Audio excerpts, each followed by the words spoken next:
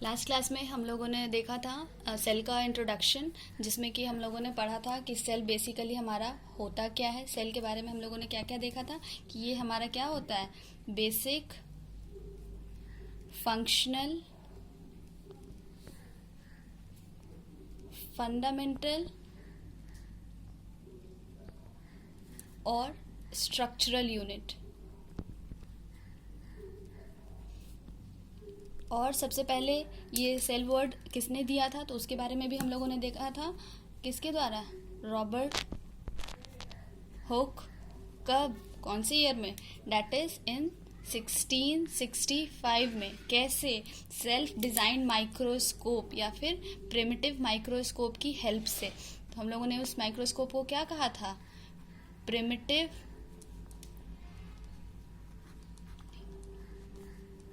Type of microscope या फिर primitive microscope.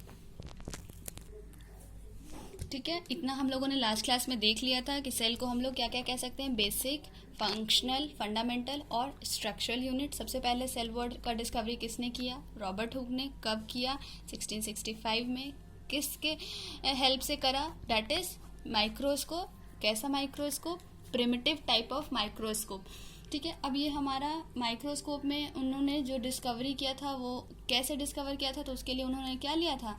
Thin slice of cork. Cork क्या होता है ये भी हम लोगों ने लास्ट क्लास में देख लिया था कि कॉर्क क्या होता है। तो सब्सटेंसेस जो कि हम लोग किसी भी ट्रीज के बार्क से ऑब्टेन करते हैं। आज की क्लास का हमारा टॉपिक है प्रोकैरियोटिक और यूकैरियोटिक सेल क्या होते हैं। Prokaryotic and eukaryotic. ठीक है, तो प्रोकैरियोटिक और यूकैरियोटिक देखने से पहले हम लोग ये समझ लेते हैं कि ये वर्ड क्या होता है, इस वर्ड का मतलब क्या होता है। तो सबसे पहले हम लोग देखेंगे प्रोकैरियोटिक जो वर्ड है हमारा, ये दो वर्ड से मिलके बना है। That is number 1 pro and the second one is karyotic. ठीक है, पहला वर्ड है हमारा प्रो एंड दूसरा है हमारा कैरियन। ठीक है, अब ये हमारा प्रो मतलब क्या होता है, तो प्रो मतलब होता है हमारा बिफोर या फिर प्रिमिटिव, मतलब पहले पाया जाने वाला सेल्स। और कैरियन वर्ड हमारा क्या होता है, तो कैरियन मतलब होता है हमारा न्यूक्लियस, मतलब वैसे टाइप ऑफ सेल्स जिनका न्यूक्लियस कैसा हो, प्रिमिटिव हो या फिर बिफोर, जो पहले प्रेजेंट होते थे उसके बारे में। और यूकैरियोटिक का मतलब क्या होता है, तो जैसा कि हम लोगों ने देखा ये हमारा दो वर्ड से मिलके बना है, ये भी यू और कैरियन। यू मतलब क्या हो जाएगा हमारा? यू मतलब हो जाएगा हमारा ट्रू, और कैरियन मतलब हमारा न्यूक्लियस। हम लोगों ने ऑलरेडी देख लिया है, ये हमारा कैरियन बोल सकते हैं इसको हम लोग कर्नल भी बोलते हैं कभी कभी। और ये दो ऐसे वर्ड्स हैं जिसका मतलब होता है न्यूक्लियस, इसलिए हम लोग कह सकते हैं कि प्रोकैरियोटिक सेल्स के न्यूक्लियस कैसे होते हैं, तो प्रिमिटिव टाइप के होते हैं या फिर बिफोर अर्लियर जैसे डेवलप्ड नहीं होते हैं, प्रॉपरली डेवलप्ड न्यूक्लियस नहीं पाए जाते हैं। प्रोकैरियोटिक सेल्स के में न्यूक्लियस वेल डिफाइंड नहीं होते हैं। और यूकैरियोटिक मतलब होता है हमारा सेल्स हैविंग ट्रू न्यूक्लियस। अब हम लोग इसके बेसिकली डिफरेंसेस देखेंगे, तो सबसे पहले हम लोग एक एक करके देखते हैं प्रोकैरियोटिक के बारे में। तो सबसे पहला हम प्रोकैरियोटिक का पॉइंट लेंगे, आपको एक एक करके मैं बता देती हूँ। सबसे पहला है तो ये कैसा होगा, तो ये होगा हमारा स्मॉलर इन साइज, मतलब प्रोकैरियोटिक सेल्स कैसे होंगे, smaller in size. Prokaryotic cell लिख लीजिए, प्रोकैरियोटिक सेल ये सबसे पहला स्मॉलर इन साइज होंगे। ये मोस्टली क्या होंगे, यूनिसेलुलर होंगे। और कौन सी बातें इनके बारे में जानने वाली है, तो इनका जो न्यूक्लियस होगा वो वेल डेवलप्ड नहीं होगा। वेल डेवलप्ड नहीं होने का मतलब क्या है, वेल डेवलप्ड एरियाज, यानी कि हम लोग कह सकते हैं well developed nucleus are not present, मतलब प्रोकैरियोटिक सेल्स के न्यूक्लियस वेल डेवलप्ड नहीं होते हैं। नेक्स्ट पॉइंट है हमारा, इस टाइप के सेल्स में हमारा कैसे इन नेचर होते हैं, तो ये सिंपल एंड प्रिमिटिव टाइप के सेल होते हैं। Simple and primitive in nature.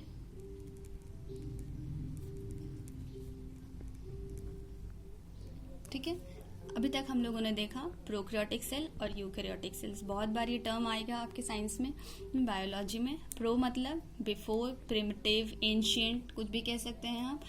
और प्रोकैरियोटिक सेल्स मतलब क्या होगा? तो सबसे पहले ये सेल्स के कुछ कैरेक्टरिस्टिक्स, ये हमेशा स्मॉलर इन साइज होंगे, यूनिसेलुलर होंगे, मतलब एक कोशिकीय होंगे, made up of single cell. Next है हमारा वेल डेवलप्ड न्यूक्लियस, इसमें प्रेजेंट नहीं होगा। इनका नेचर कैसा होगा इस टाइप के सेल का? तो सिंपल होगा और प्रिमिटिव होगा। नेक्स्ट पॉइंट हम लोग देखेंगे, दैट इज हमारा इसमें जो भी सेल डिवीजन होता है। सेल डिवीजन मतलब जब हमारा कोई भी एक पर्टिकुलर सेल दो पार्ट में डिवाइड हो जाता है, बट जाता है, तो इस केस में हमारा क्या होगा? प्रोकैरियोटिक सेल्स में हमारा क्रोमोसोम्स नहीं बनेगा। कब नहीं बनेगा? सेल डिवीजन के टाइम में। तो इसमें हम लोग लिख सकते हैं chromosomes are not formed during cell division. मतलब जब सेल डिवाइड करेगा तो क्रोमोसोम्स का फॉर्मेशन नहीं होगा। क्रोमोसोम्स क्या होता है? तो ये क्रोमोसोम्स हमारा इनहेरिटेड करता है, जितने भी हमारे कैरेक्टरिस्टिक्स हैं उनको कैरी करने का काम करता है। आगे हम लोग क्रोमोसोम्स के बारे में डिटेल में पढ़ेंगे। उसके बाद नेक्स्ट पॉइंट हम लोग प्रोकैरियोटिक के बारे में देखेंगे। तो इसमें कोई भी न्यूक्लियर मेम्ब्रेन या फिर न्यूक्लियोलस नहीं होता है। तो हम लोग लिख सकते हैं उसको क्या? It has no nuclear membrane and nucleolus. Nucleolus कहने का क्या मतलब है कि इसमें जैसे कोई भी, ये हमारा एक सेल है सबसे पहले, ठीक है। इसका बेसिक स्ट्रक्चर हम लोग समझेंगे। इसको हम लोग क्या बोल सकते हैं? सेल मेम्ब्रेन, या फिर प्लांट में इसमें सेल वॉल भी प्रेजेंट होगा, ठीक है। उसके बाद इसमें जो भी हमारा फ्लूइड लाइक स्ट्रक्चर प्रेजेंट रहता है, जेली सब्सटेंसेस, इसको हम लोग क्या कहेंगे? साइटोप्लाज्म, ठीक है। और ये हमारा क्या कहलाएगा? केंद्रक, जिसको हम लोग कहते हैं हिंदी में, दैट इज न्यूक्लियस। अब ये हमारा न्यूक्लियस जो है, उस बेसिस पे हम लोग प्रोकैरियोटिक और यूकैरियोटिक को बेसिकली डिफाइन करेंगे। वैसे तो बहुत सारे फीचर्स और भी डिफरेंसेस हैं इसमें, लेकिन बेसिकली न्यूक्लियस के बेसिस पे सेल हमारे दो तरीके के हो सकते हैं, या तो प्रोकैरियोटिक हो सकते हैं या फिर यूकैरियोटिक हो सकते हैं। प्रोकैरियोटिक वैसे सेल्स होंगे जिनका साइज कैसा होगा? छोटा होगा। कैसे? नंबर कैसा होगा? यूनिसेलुलर, यानी एक कोशिकीय होंगे, made up of single cells. उनके पास वेल डेवलप्ड न्यूक्लियस, यानी कि ये अच्छी तरीके से, जो हमारा एक स्ट्रक्चर दिख रहा होगा आपको एकदम सर्कुलर इन नेचर, ये इसको हम लोग न्यूक्लियस कह रहे हैं। ये वेल डेवलप्ड न्यूक्लियस प्रेजेंट नहीं होगा। इस टाइप के सेल्स का नेचर कैसा होगा? तो ये सिंपल होगा और प्रिमिटिव होगा। नेक्स्ट, इसमें कोई भी क्रोमोसोम्स का फॉर्मेशन नहीं होगा जब हमारा ये सेल्स पर्टिकुलरली डिवाइड करेगा, ठीक है। उसके बाद इसमें नो न्यूक्लियर मेम्ब्रेन और न्यूक्लियोलस हम लोग पढ़ें। अब न्यूक्लियोलस और न्यूक्लियर मेम्ब्रेन क्या होता है, तो उसको हम लोग देखेंगे। यहाँ तक क्लियर है? ये हमारा सेल था, ठीक है।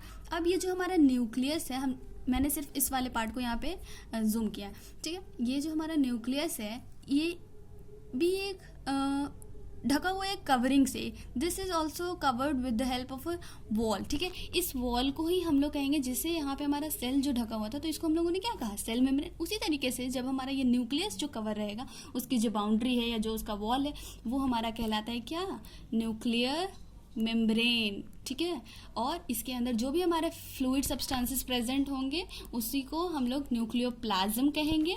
और न्यूक्लियोलस हमारे ये टाइनी सब्सटेंसेस होते हैं जो कि न्यूक्लियस के अंदर प्रेजेंट होते हैं। तो प्रोकैरियोटिक के केस में जो हमारा सेल का स्ट्रक्चर होगा वो कैसा होगा? उसमें वेल डिफाइंड न्यूक्लियस नहीं है। तो उसमें न्यूक्लियस कैसे होंगे?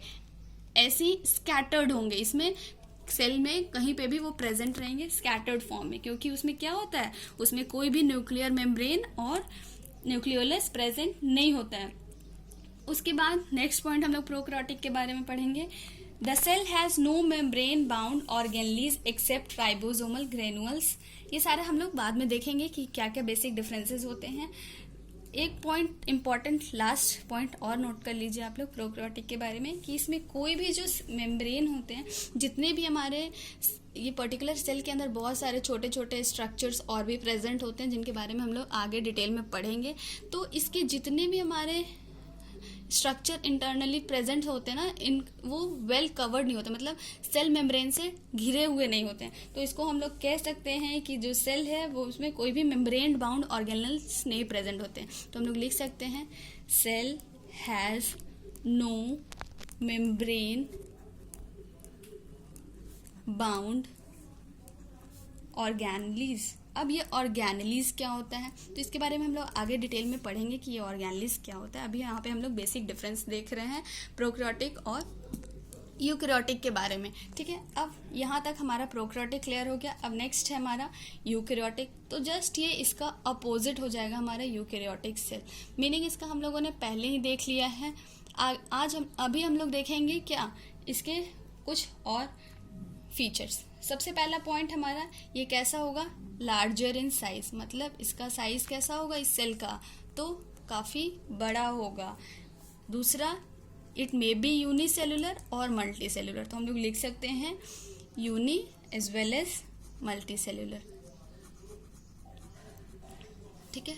नेक्स्ट है हमारा well developed nucleus is present with nuclear membrane and nucleolus are present. हम लोगों ने उसमें क्या देखा था कि उसमें हमारा न्यूक्लियस प्रेजेंट नहीं रहेगा, न्यूक्लियर मेम्ब्रेन प्रेजेंट नहीं रहेगा, न्यूक्लियोलस नहीं प्रेजेंट रहेगा, लेकिन इसमें हमारा प्रेजेंट रहेगा। इसलिए हम लोग लिख सकते हैं well developed nucleus is present with nuclear membrane and nucleolus।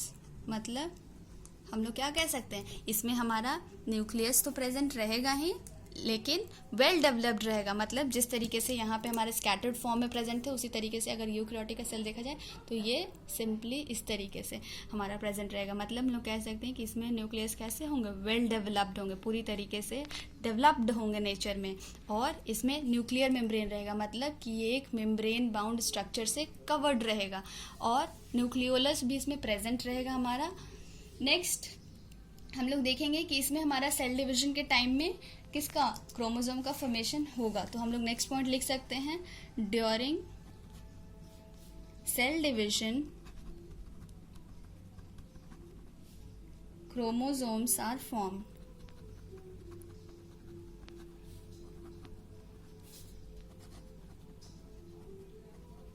ठीक है। अब उसके बाद जितने भी इसमें ऑर्गेनलीज होंगे वो सब मेम्ब्रेन बाउंड होंगे, मतलब उनके सारे स्ट्रक्चर्स मेम्ब्रेन से ढके हुए होंगे, वेल कवर्ड होंगे। इसलिए हम लोग लिख सकते हैं क्या, सेल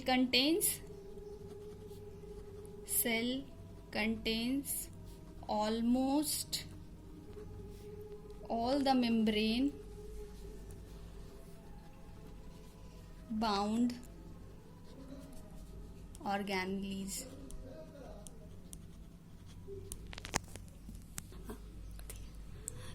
तो आज हम लोगों ने देखा प्रोकैरियोटिक और यूकैरियोटिक के बीच में डिफरेंसेस, प्रोकैरियोटिक सेल और यूकैरियोटिक सेल के बीच में बेसिक डिफरेंसेस क्या हैं। तो हम लोगों ने एक बार जो भी पढ़ा है उसको फिर से एक बार देख लेते हैं। उसके बाद नेक्स्ट क्लास में हम लोग पढ़ेंगे सेल्स के डिफरेंट स्ट्रक्चर्स के बारे में, उनके शेप के बारे में, उनके साइज के बारे में। अभी हम लोग रिवाइज कर लेते हैं आज जो हम लोगों ने पढ़ाई किया है। आज हम लोगों ने क्या पढ़ा है बेसिकली, तो आज हम लोगों ने पढ़ा है प्रोकैरियोटिक और यूकैरियोटिक सेल के बीच में बेसिक डिफरेंस क्या होता है। तो जैसा कि मैंने आपको बताया, सबसे पहले प्रोकैरियोटिक सेल कैसे होंगे, साइज में स्मॉलर होंगे, यूनिसेलुलर होंगे। यूनिसेलुलर मतलब made up of one cell, made up of one cell, ठीक है। उसके बाद इसमें जो इनका न्यूक्लियस होगा वो वेल डेवलप्ड नहीं होगा। इनका नेचर कैसा होगा, तो सिंपल होगा और प्रिमिटिव होगा। इसमें कोई भी क्रोमोसोम्स का फॉर्मेशन नहीं होगा जब हमारा सेल का डिवीजन होगा। इसमें कोई भी न्यूक्लियर मेम्ब्रेन या फिर न्यूक्लियोलस नहीं प्रेजेंट होंगे। और इसमें जितने भी हमारे स्ट्रक्चर्स होते हैं, ऑर्गेनलीज आप लोगों का बाकी रहा, आप लोग पढ़ के आएंगे कि ये ऑर्गेनलीज क्या होता है। मैं नेक्स्ट क्लास में आप लोगों को बताऊंगी। जो भी हमारे ऑर्गेनलीज प्रेजेंट होंगे इस सेल में, उनमें हमारा कोई भी मेम्ब्रेन बाउंड नहीं होगा। मेम्ब्रेन बाउंड कहने का क्या मतलब है कि वो प्रॉपरली कवर्ड नहीं होगा किसी भी स्ट्रक्चर से, कोई भी उसके बाउंड्री नहीं होगी, ठीक है। और उसके बाद हम लोगों ने देखा यूकैरियोटिक सेल के बारे में। यूकैरियोटिक सेल कैसे होंगे, तो इनका साइज बड़ा होगा, ये यूनिसेलुलर भी हो सकते हैं as well as multicellular भी हो सकते हैं। इनके न्यूक्लियस कैसे होंगे, तो वेल डेवलप्ड होंगे और इसमें न्यूक्लियर मेम्ब्रेन और न्यूक्लियोलस भी प्रेजेंट होगा। और सेल डिविजन के टाइम इसमें क्रोमोसोम्स का फॉर्मेशन होगा। सेल ऑर्गेनलीज इसमें जितने भी होंगे वो सब मेम्ब्रेन बाउंड स्ट्रक्चर्स होंगे, मतलब कि सबके सब घिरे हुए होंगे, एक बाउंड्री से कवर्ड होंगे, हम लोग कह सकते हैं सिंपल टर्म्स में अगर कहा जाए तो लास्ट क्लास में हम लोगों ने सेल का इंट्रोडक्शन पढ़ा था। आज हम लोगों ने प्रोकैरियोटिक और यूकैरियोटिक के बीच में डिफरेंसेस पढ़े हैं। मैंने आप लोगों को जैसे बताया है आप भी ऐसे पढ़ाई कीजिए और साथ साथ अपने नोट्स भी बनाइए ताकि आगे आप लोगों को कोई भी दिक्कत नहीं हो। एक एक करके सारे टॉपिक्स को मैं ऐसे ही क्लियर कराऊंगी। नेक्स्ट क्लास में जैसा कि मैंने आप लोगों को बताया कि हम लोग क्या पढ़ेंगे, सेल के शेप और साइज के बारे में, इनका शेप और साइज कैसे वैरी करता है। और आप लोगों का जो होमवर्क है डेट इज किसको, ऑर्गेनलीज को पढ़ के आना है। और मैं भी आप लोगों को नेक्स्ट क्लास में ऑर्गेनलीज के बारे में बताऊंगी। ठीक है, फिर आज के लिए इतना ही।